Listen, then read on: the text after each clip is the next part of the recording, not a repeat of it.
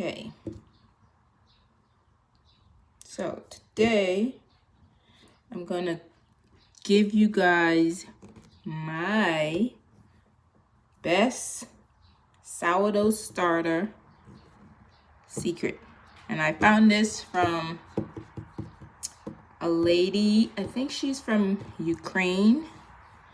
But for anybody that does not like to be babying their sourdough starter and feeding and discarding, blah blah blah, and you also want to take a break from baking,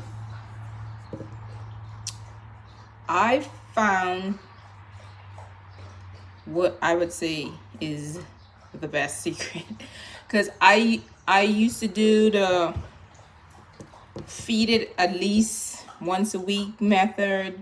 I did the scraping where you only have like use all the sourdough starter and then you just put what's on the edge of the container in the fridge, and then the next week you just add your flour and your water and you let it come back. And that works if you're gonna be baking every week. So I had a bunch of different sourdough starter, like the scraping, like the feeding method, and then the one that I found that was the best. And I pulled out the one that I fed, but I stopped feeding it because I just got lazy, and I thought, maybe, the scrapings work after a week, almost two sometimes. Maybe this will work. And so I fed it, but nothing really happened. And it just got like, smelled like hooch, got liquidy, and basically it did nothing. So I just threw it out. I mean, technically I could have probably tried take a little bit and feed that and see if it'll come back or whatever, but so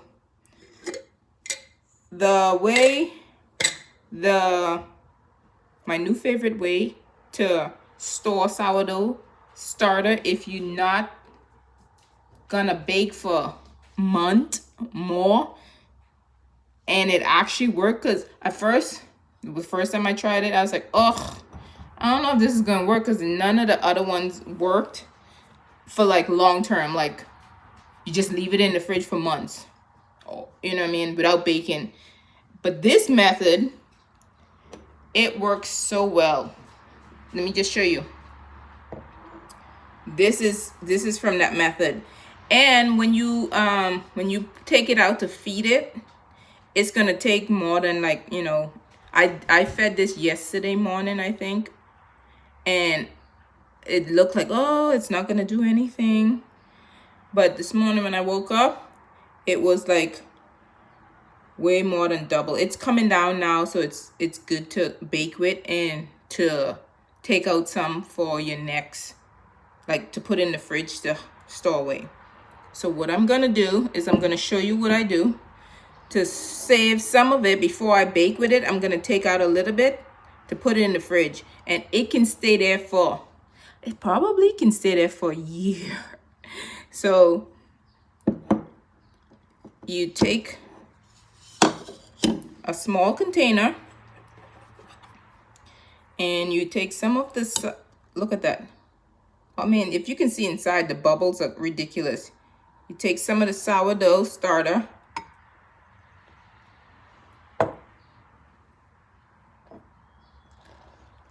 Oh my God, this is like so active. I'm so happy. Like, this is the best thing I've ever found.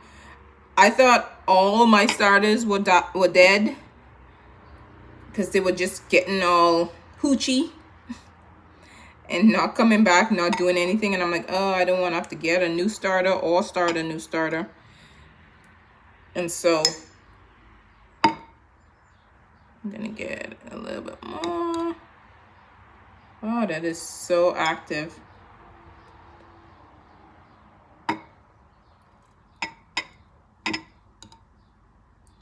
And then I'll have enough to bake. And I had taken some time off because I was doing the carnivore diet. And so I wasn't baking anything.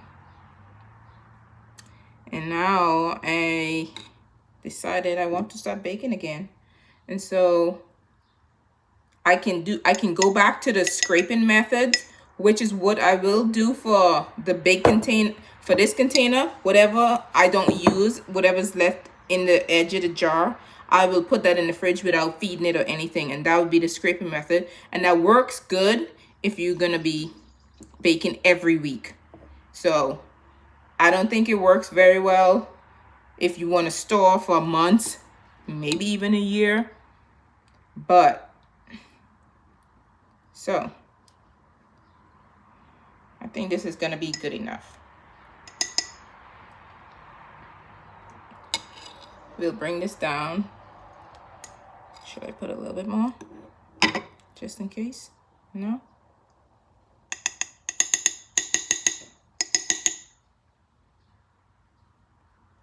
All right, so what we're gonna do, I'm gonna put that rubber band down so we know where we started.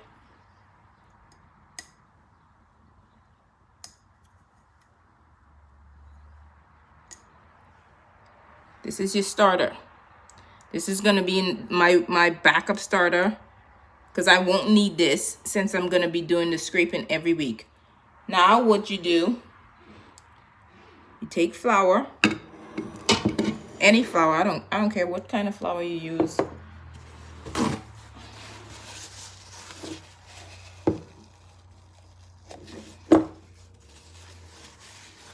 And you're just gonna put dry flour and you're gonna pack it in.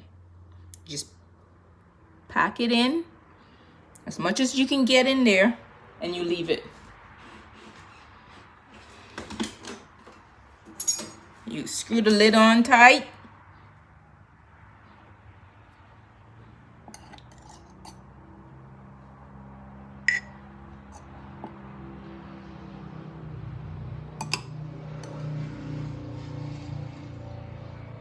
And this lady that I got this from, she said they normally use rye flour and in their starters. I have some rye. I use the rye when when I do the feed-in to make the batch of bread. Just, I don't know. So you see I'm patting it down real tight in there.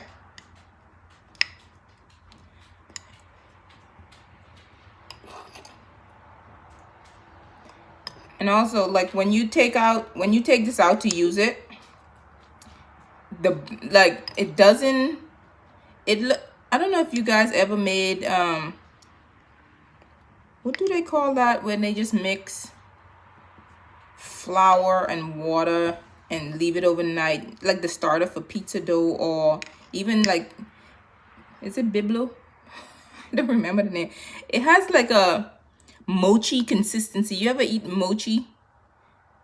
It's like not runny, it's like soft and pillowy. And I find that this is the best kept secret to save sourdough starter for a long term. If you don't want to do anything for, months, years. There you go. Sourdough starter at the bottom, and just dry flour packed in as much as you can get. You can do whatever size container you want, but I don't need that much, because this, when I take this out, whenever I need it, I can just add as much flour, feed it as much as I want, and boom. And you just store this in the fridge. Best kept secret. No work, no feeding, no script, you know what I mean? You're welcome.